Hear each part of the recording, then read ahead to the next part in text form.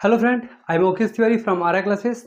Today I am going to explain chapter gravitation. ठीक है, आज हम आपको बताते हैं ग्रेविटेशन क्या होता है. ठीक है, ये क्या कर रहा हूँ पता है आपको? ये क्या हो रहा है? देखिए ये गिर रहा है, नहीं गिर रहा है. क्यों नहीं गिर रहा है? अब देखिए क्या हुआ, ये गिर गया. ठीक, लेकिन अगर मैं इसको ऐसे कर रहा हूँ तो देखिए नहीं गिर रहा है. ठीक, नहीं गिरने का रीज़न क्या है? अब देखिए कि नहीं गिरने का क्या रीज़न है. इसके बीच में और इनके बीच में एक फोर्स लग रहा है. अब वो फोर्स होता क्या है वो हम आपको बताते हैं. अब मैं अगर कोई थ्रेड है, थ्रेड में कोई कुछ बांध के अगर मैं इसको the स्पिन करा रहा rotation हूँ, of जैसे the आपको वीडियो में stone दिख रहा in the है same ये circle. स्पिन हो रहा है. ठीक, वीडियो में आपको दिख रहा है स्पिन हो रहा है This ना. force, which is अब ये exerted गिर by the क्यों रहा hand है? on pulling stone towards the आप मुझे center, बताओ, ये तो is गिरना चाहिए ना, वो गिरता क्यों नहीं है? ये देखिए यहाँ पे है, गिर गया. कैसे गिर गया यार? अब बताओ ना कैसे गिर गया. देखो ये देखो, अगर ये ऐसे करने पर ये नीचे गिर रहा है तो ये ऊपर क्यों नहीं जा रहा है? कुछ तो जरूर है ना, इसमें कुछ तो ऐसा चीज है कि जो नीचे की तरफ इसको क्या कर रहा है, अट्रैक्ट कर रहा है. अब ये नीचे की तरफ अट्रैक्ट क्या कर रहा है? अब ये होता क्या है? क्या ये कोई फोर्स है? ये है क्या? हमारे दिमाग में आ रहा है कोई भी चीज ऊपर से गिर गया वो नीचे ही क्यों गिरता है? और अगर नीचे गिरता है तो उनका वेलोसिटी क्या होता है? कुछ होता है कि नहीं होता है? अगर होता है तो क्यों होता है, कैसे होता है? आज हम वो आपको बताते हैं कि ये नीचे क्यों गिरता है. ठीक है, चैप्टर हमारा ग्रेविटी है, ग्रेविटेशनल है. अब ये ग्रेविटेशनल में हम पढ़ते क्या हैं? ठीक है, ग्रेविटेशन में हम पढ़ते क्या हैं? A force is necessary to produce motion in a body. Already आपको पता है कि अगर कोई बॉडी अगर रेस्ट पे है, कहीं भी कुछ भी है, तो उसको मोशन में लाने के लिए हम क्या करेंगे? एक फोर्स प्रोड्यूस करेंगे, एक फोर्स उस पर क्या करेंगे? यूज करेंगे. अगर हम फोर्स को यूज करेंगे तो वो क्या हो जाएगा? ऑब्जेक्ट मोशन में हो जाएगा. जैसे अभी देखो क्या है कि मैं इधर खड़ा ही हूँ, मैं कहीं नहीं जाने वाला. अब ये फोर्स क्या होता है कि जैसे अगर किसी ने आके धक्का दे दिया, अब जैसे मुझे किसी ने आके धक्का दे दिया तो मैं आगे चला गया. अब मैं आगे इसलिए गया क्योंकि पीछे से क्या लगा? एक फोर्स लगा. तो ऑलरेडी लिखा हुआ है a force is necessary to produce motion in a body. किसी बॉडी में मोशन को प्रोड्यूस करने के लिए हमको क्या चाहिए? फोर्स चाहिए. फोर्स चाहिए होता है. अब ये फोर्स किसी के फॉर्म में हो सकता है, किसी के भी फॉर्म में हो सकता है. अब ऐसे देखो, जैसे क्या ये भी फोर्स है कि आप यहाँ पे बैठे हो, आपको कहीं जाना है, कुछ खाना है, भूख बहुत तगड़ा लगा है. अगर आपको किसी ने देखा कि वो आपको सामने आके दिखा दिया ये, आप दौड़ के भाग गए, क्या ये भी फोर्स होगा? ये आप बताइए, क्या ये भी फोर्स होगा? अगर होगा तो कैसे होगा? हम अपने पहले टॉपिक पे आते हैं. The earth attract all the object toward its centre. जो अर्थ होता है वो सभी ऑब्जेक्ट को अपने सेंटर की तरफ क्या करता है? अट्रैक्ट करता है, खींचता है. अर्थ खींचता है क्योंकि चैप्टर ही है हमारा क्या है? ग्रेविटेशन. ग्रेविटी के बेस पे होता है कि ये ग्रेविटेशन होता है क्या. तो जो हमारा अर्थ होता है सभी ऑब्जेक्ट को अपने सेंटर की तरफ क्या करता है? खींचता है. बताया था ना कैसे स्पिन कर रहा है. और जब स्पिन कर रहा है देखिए ये गिर गया, डायरेक्टली नीचे गिर गया. ये तो हमारा छोटा सा पार्ट है. बड़ा सा पार्ट रहता है वो राउंड राउंड, जैसे आपने फिगर में देखा था पिछले कि वो घूम रहा था चारों तरफ. अच्छा, वो घूम रहा था तो क्या उनका वेलोसिटी, अच्छा वो कैसे घूम रहा था? क्या वो फोर्स, उसके पास कोई ऐसा फोर्स था जो उसको हेल्प कर रहा था रुकने के लिए? क्या अगर हम फोर्स न देते तो क्या वो ऐसे घूमता रहता है? हमारे पास बहुत सारे क्वेश्चन हैं. इस क्वेश्चन को हम देखते हैं और समझते हैं ये सब है क्या. नेक्स्ट हम देखते हैं the force with which the earth pull object, it is called gravity. या फिर force of earth. Force of earth भी कह सकते हैं कि वो किसका फोर्स है? फोर्स ऑफ अर्थ को ही हम क्या बोलते हैं? ग्रेविटी कहते हैं. मतलब ये जो अर्थ एक फोर्स लगाता है सभी ऑब्जेक्ट को नीचे गिरने के लिए. अगर जैसे ये हमारा ऑब्जेक्ट हो गया, ठीक. अच्छा, कभी कभी आप रोड पे जाते हैं और गिर जाते हैं, तो जब आप गिरते हैं तो नीचे ही क्यों गिरते हैं? अरे गिर गए तो बोल दो अरे यार मैं जा रहा था, जैसे ही मतलब वो स्लिप किया और उड़ गया. ऐसा होता है क्या कि आप स्लिप किए और उड़ गए? नहीं होता है. क्योंकि जो हमारा अर्थ होता है वो एक फोर्स क्रिएट करता है किसी भी ऑब्जेक्ट को सेंटर पे खींचने के लिए। इसी को हम क्या बोलते हैं, फोर्स ऑफ अर्थ और ग्रेविटी कहते हैं। ठीक, अब ये क्लियर हो गया concept. If the earth can attract an apple can it not attract the moon. ये तो क्वेश्चन कंफ्यूजन कर दिया। अब ये हमारे न्यूटन सर थे, ये कहीं बैठे हुए थे। अब ये देखते हैं कि ना कि एक एप्पल गिरता है, कंफ्यूज हो जाते हैं कि अरे ये तो एप्पल गिर गया। अब वो ये देखते हैं कि अगर ये एप्पल गिर गया तो वो जो हमको मून दिख रहा है क्या उसको भी अर्थ खींचेगा? तब तो वो भी गिर जाना चाहिए आगे। तो अगर ऐसा होता तो क्यों नहीं हो रहा है? क्या ऐसा चीज़ है कि जो उसको रोक रहा है अट्रैक्ट होने में? क्योंकि अर्थ क्या होता है, सबको खींचता है। तो जब अच्छा एक इसमें एक कन्फ्यूजन आता है कि अगर एप्पल जो है एप्पल है, सेब है, उसको अर्थ खींचता है। According to Newton third law of motion, Newton third law ने क्या बोला था कि every action have an equal and opposite reaction. सभी एक्शन जो भी अगर हम एक्शन कर रहे हैं किसी के पास, तो सेकंड वाला भी इक्वल एंड अपोजिट रिएक्शन देता है। अगर एप्पल जो हमारा सेब होता है, अगर उसको अर्थ खींचता है तो वो नीचे गिरता है। तो सेब भी तो एक फोर्स क्रिएट कर रहा है अर्थ के ऊपर, according to Newton third law of motion.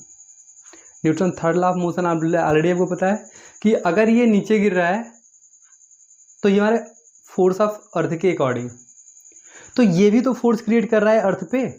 तो अर्थ इसके पास क्यों नहीं जा रहा है? समझ में आ रहा है कि नहीं आपको हम क्या कह रहे हैं? कॉन्सेप्ट बस इतना है कि अगर सेब अगर अर्थ पे गिर रहा है तो अर्थ सेब की तरफ क्यों नहीं जा रहा है? ये तो Newton third law of motion था कि every action have an equal and opposite reaction. अब हम आते हैं सेकंड पे। सेकंड इक्वेशन, हम सेकंड लॉ ऑफ मोशन क्या था, F is equal to M A. ठीक, अब F is equal to M A क्या था हम बता रहे हैं आपको। F is equal to M into A है। अब जैसे हमारा क्या हो गया, अगर ए को अगर हम करते हैं तो ये हो जाएगा F अपान एम। ठीक, अगर अब ये देखिए क्या होता है, ए ये फोर्स है, ये मास है, मतलब F इजिकल टू मास और एक्सेलरेशन के प्रोडक्ट के इक्वल हमारा क्या होता है, फोर्स होता है। ठीक, अब यहाँ पे अगर हमको एक्सेलरेशन करना है, अगर हमको बढ़ाना है, अगर हमको फोर्स बढ़ा दिया तो एक्सेलरेशन बढ़ गया। अब देखिए क्या होता है कि अगर हमारा ये मून है, ठीक, ये हमारा मून है और ये हमारा छोटा सा कोई हमारा क्या है, स्टोन है। अगर ये इसको अपनी तरफ खींच रहा है तो ये भी तो अपनी तरफ खींचेगा सेम फोर्स से। अगर ये इसको अपने तरफ खींच रहा है, ये देखिए ये खींच रहा है, तो ये स्टोन भी तो इसको अपनी तरफ खींचेगा, तो ये स्टोन, ये हमारा होता है ना मून, इसको हम अर्थ ले रहे हैं, अर्थ। ये स्टोन अर्थ की तरफ क्यों आ रहा है? अब ये डिफाइन करता है हमारा ये इनका मास के ऊपर डिपेंड करता है F is equal to M a. क्योंकि हमारा जो स्टोन होता है, स्टोन का हमारा क्या होता है, मास बहुत कम होता है, तो जिसका जो फोर्स होता है उसको हम क्या है, निगलेक्ट कर देते हैं, इग्नोर कर देते हैं। तुम क्या हो यार, कुछ नहीं हो। और अर्थ जो अर्थ का हमारा मास क्या है, उससे कई गुना बड़ा है। तो जब किसी बॉडी का अगर मास बहुत ज़्यादा है तो उसके फोर्स को हम नेगलेक्ट नहीं कर सकते ना, इग्नोर तो कर ही नहीं सकते। तो इसलिए हमारा जो स्टोन होता है वो अर्थ की तरफ आता है, अर्थ हमारा स्टोन की तरफ नहीं आता है। ये तो कॉन्सेप्ट क्लियर हो गया। अब कन्फ्यूजन ये कर रहा है कि भैया ये जो चंद्रमा है ना, ये जो मून है, ये अर्थ पे क्यों नहीं आ रहा है? ऑलरेडी मैंने बताया था कि जो थ्रेड होता है, अब जैसे मैंने बताया कि जो थ्रेड होता है अगर हम स्पिन कर रहे हैं, आप देखिए वीडियो में देखिए, जो थ्रेड है वो स्पिन कर रहा है, तो जब ये स्पिन करता है तो क्या हो गया आपका वीडियो क्लियर। अब जब वो स्पिन करता है तो इनके बीच में एक फोर्स लगता है जिसको हम क्या बोलते हैं, सेंट्रीपिटल फोर्स। अब ये सेंट्रीपिटल फोर्स क्या करता है, ये जो हमारा स्टोन होता है उस पर लगा होता है उसको खींचता है सेंटर की तरफ किसी भी डायरेक्शन में। अब जैसे क्या हो गया, ये इस साइड गया तो ये इधर जाने की कुछ ट्राई करेगा, फिर उसको फिर खींचता है, फिर इधर जाने की ट्राई करेगा, उसको फिर खींचता है, ऐसे जाएगा, फिर खींचता है। तो मतलब जैसे जैसे वो मूवमेंट करेगा, जैसे जैसे वो स्ट्रेट पाथ अपना वो लेने के लिए ट्राई करेगा, वैसे ही वो फोर्स क्रिएट करता है। और इसी फोर्स को हम क्या बोलते हैं, सेंट्रीपिटल फोर्स। अब इसका यूज कहाँ होता है कि ये सन क्यों नहीं खींचता है, अर्थ क्यों खींचता है, मून क्यों होता है, क्यों ये एक दूसरे में ब्लास्ट नहीं कर रहे हैं। तो ये क्यों ब्लास्ट नहीं कर रहे हैं, क्योंकि जब according to Newton third law of motion every action have an equal and opposite reaction, तो हमारा सन भी तो खींचता है हमारे अर्थ को। तो अर्थ डायरेक्टली सन के पास क्यों नहीं जा रहा है, तो मून डायरेक्टली हमारे अर्थ के अंदर क्यों नहीं आ रहा है, क्यों टकरा नहीं जा रहा है। अब हमको ये बताते हैं कि ये क्यों नहीं टकराते हैं। अब हम देखते हैं इसमें कि ये जो ग्रेविटी है, ये ग्रेविटेशनल फोर्स, ये जो ग्रेविटेशनल फोर्स है ये होता क्या है और लगता कहाँ पे है। क्या ये ग्रेविटेशनल फोर्स के पास मास होना ज़रूरी है? क्या ऐसा अगर कोई दो अगर हमारे पास ऑब्जेक्ट है जिसके पास मास बहुत कम है, मतलब कि अगर हम कहते हैं कि अगर कोई बहुत छोटा सैंड ले लो, दो छोटे छोटे सैंड के पार्टिकल हैं, क्या इनके बीच में भी ग्रेविटेशनल फोर्स होगा? अगर ये होगा तो ये दो, क्या रोड पे अगर दो छोटे छोटे स्टोन हैं, अगर वो ऐसे पड़े हुए हैं, गिरे हुए हैं, क्या इनके दोनों के बीच में भी ग्रेविटेशनल फोर्स होगा? अगर इनके बीच में ग्रेविटेशनल फोर्स होगा तो क्यों ये एक दूसरे के पास नहीं आ रहा है?